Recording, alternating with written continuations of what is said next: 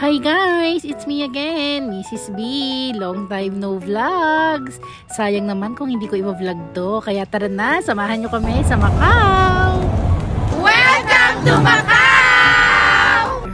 Day 5 here in Hong Kong, pero we're going to Macau. Sumakay nga lang kami ng taxi papunta doon sa Macau Ferry. Nag-decide kami sumakay na lang sa Macau Ferry para mas mabilis. At kung magkano, i-check nyo na lang sa Klook. Ang ganda naman ng outfit!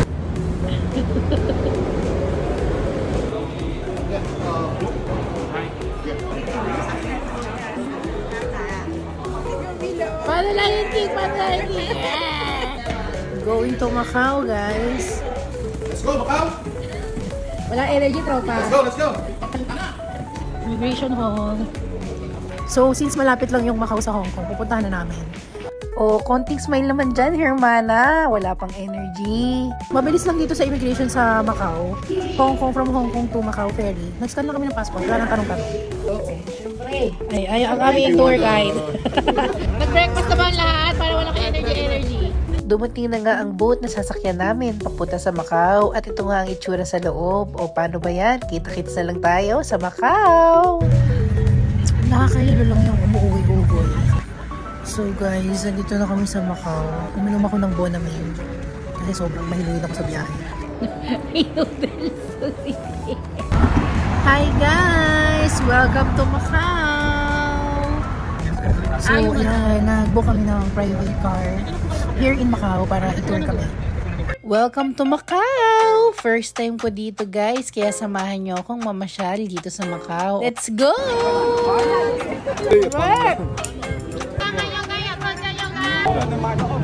Ayan! Oh. Sarap! 75. Wow, sarap naman ito, egg tart. Super sarap! Sarap! In fairness, ang sasarap din ng pagkain dito sa Macau at ang sarap mag-food trip. Ang dami rin nila ditong pa-fritish, yung mga beef jerky at syempre yung mga pasalubong. Lahat yan may pa-fritish sila. Yun na yung bitukan ng baboy. Baka, ayan.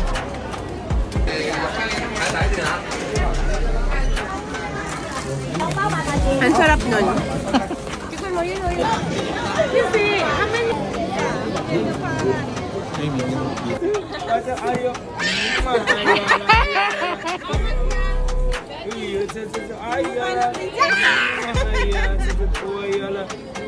Hello po, ate. Pretty.